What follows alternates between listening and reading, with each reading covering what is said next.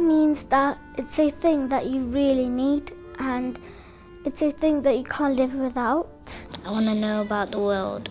When you have a right, you need to make sure that you have a responsibility to that right as well. If I have rights, then I can do lots and lots of stuff. If you don't learn about the world, you won't know what's going on about it. West Hill School in Wandsworth is a rights-respecting school and has committed to teaching each year group about the rights they share with children around the world. It's about ensuring that they have an understanding of our community, especially in a school like ours. It's having an understanding about the rights of others, that we can all value and learn from one another.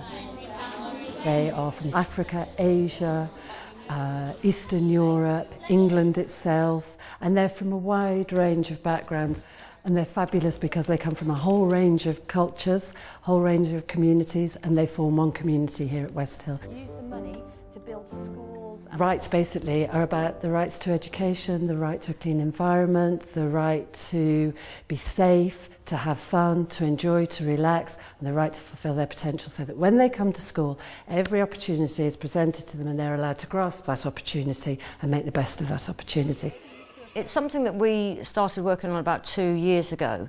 It's first of all just making the children aware of the basic wants and needs that we have in society, and then their rights and responsibilities. So we then started off in whole school assemblies looking at what's the difference between a want and a need. So I'd like a PlayStation 3, but I need water. It's given us a framework. I think we were halfway there before, but what this has really done is help us pull everything together. The lesson is based upon a topic that we've been doing this term all about rivers, and I thought that because we're doing work this year on rights respecting schools, that I should include in some way in that topic how other people around the world don't have clean water and how lucky we are in the UK.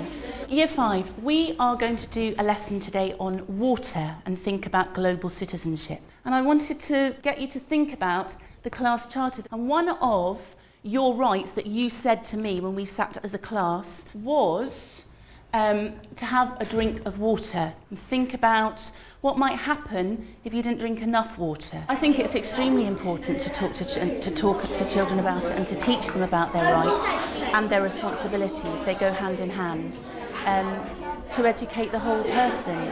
You know, I would be doing the children in my class an injustice if all I taught them was numeracy, literacy and science. They need to be aware of their rights and people around the world's rights and responsibilities as well. Jaron, what might happen if you don't drink enough water? You might be dehydrated. Good boy, good word. You might get dehydrated. Well, this morning we done a lesson on water, how people in Africa mainly don't have water and they have to travel miles when you walk to a standpipe. And I want you to have a look now at Article 24. Alexis, would you read it for us? Children have the right to good quality health care, to clean water, nutritious food and a clean environment so that they will stay healthy. Rich countries should help poorer countries achieve this. What do you notice about this picture? Why might the tap be locked? Why do you think there might be a padlock on the tap?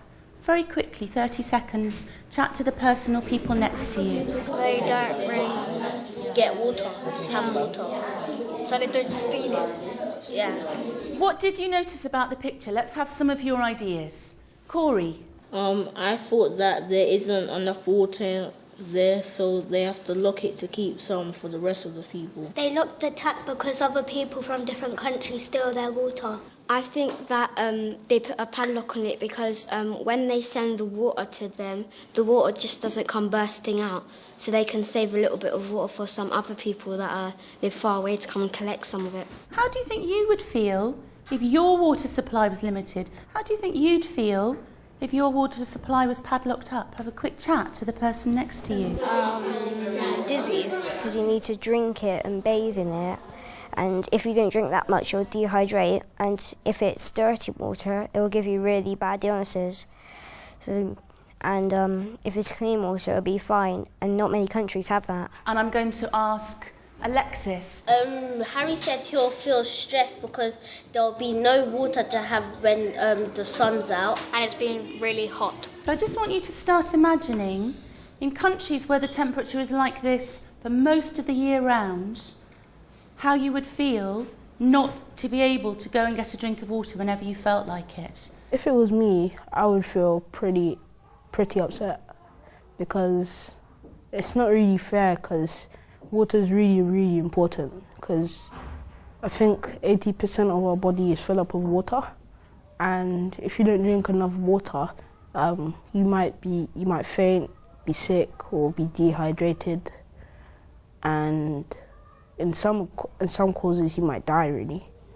So it's really important. This morning I was lucky enough just to go to the tap and I filled up a 2-litre bottle of water so that you had an idea of what sort of quantities we were talking about. Having a bath uses 80 litres of water. Having a shower, I have a shower in the morning and I'm probably in the shower for about 5 minutes. Borhan, how long do you think you might be in your shower for? 30 minutes. 30 minutes, that's quite a long time for a shower. Every minute that you are in the shower, you use 5 litres of water. Who can do the maths for Borhan and work out, if he is in the shower for half an hour, very clean boy, how much water is he using? 150. 150 litres, good boy. Borhan, that's a lot of water. The children are working on creative activities, including designing a board game and making posters to show what they can do to protect children's rights to water. I think it's really unfair because in this country we have lots of water, but in the other countries, say for example Africa, they don't really have much and there's loads of droughts sometimes. When I made the game, as soon as the teacher told me that I had to make the game, I had this idea straight away that my day was going to be based on Monopoly, and it's going to do these things where you had to travel to Africa, help the people, donate money and stuff like that. I would really like to hear some of your ideas that you've come up with so far. On one of my squares it has get water from dirty swamp, and on the game that's one of the bad parts of it. Further on, a couple of squares later, you have clean water from taps community taps from outside that people can get, but that's only for a limited time. Only the time you can go around once, and then it stops. I drew the tap and said, turn off the tap when you brush your teeth.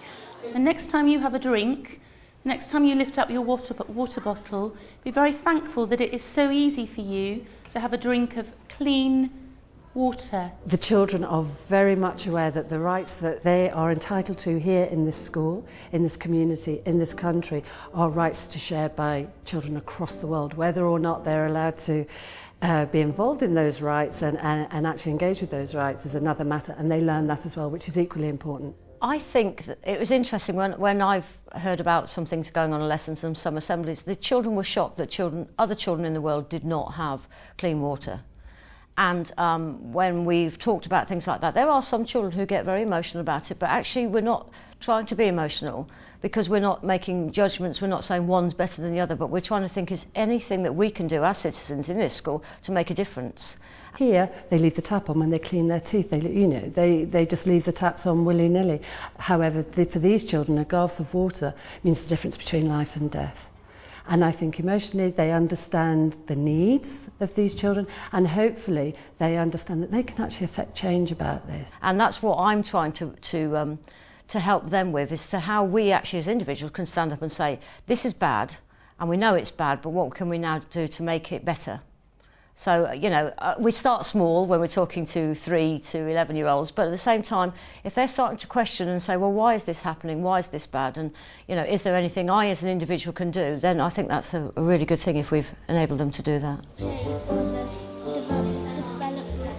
Not all children have rights, because in parts of Africa and different lands as well, they don't have clean water or food. It's quite upsetting because nobody helps them either, and some people, like every day somebody dies there, so it's not nice. This Year 2 group are thinking about the rights and responsibilities tourists have to help countries develop sustainably. Choice for sustainable development. We're learning about sustainable development.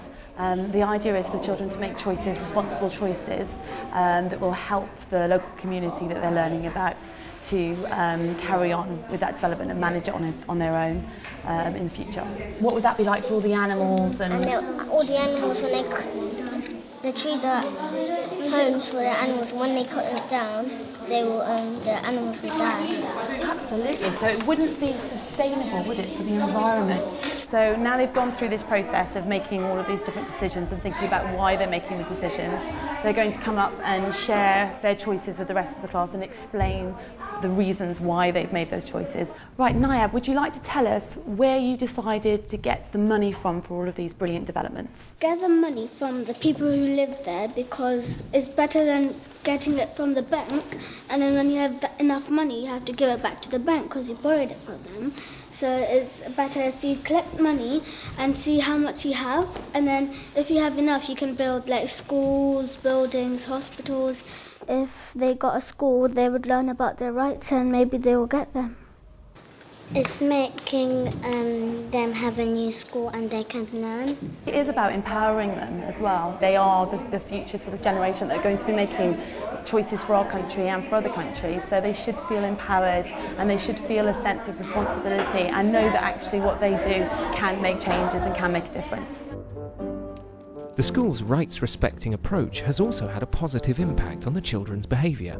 Every time we talk about when we have anti-bullying things, which is not just 1 week in the year, we have it throughout, we talk about the right to play. We also talk about just the right to feel safe. If you have a right to play and you have a right to a good education, what do you need in order to achieve that? So rather than it being do's and don'ts and cans and can'ts, it's very much about, well, what's my right? What should I be entitled to do? And how can I ensure that that right is recognised across the board?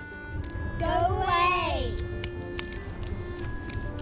What's wrong? Jaron is a member of our peer support scheme. Children in years 5 and 6 can apply to be buddies, and their role very much is to work with younger children, and they go out into the playground and they support positive play, they support inclusive play. Is there something you need to say to Hamdan? Sorry. And very much just being a person to tell. And they're very much recognised as somebody that they can go to and say, I'm not feeling very happy, so-and-so's being unkind, and then they can take the next step to help those children solve the problem. We chose that one because I want them to know that they have a right, that they have a voice in society and that their voice is valued, and that with that voice comes a responsibility. So your voice will be heard if you act and say things that are responsible.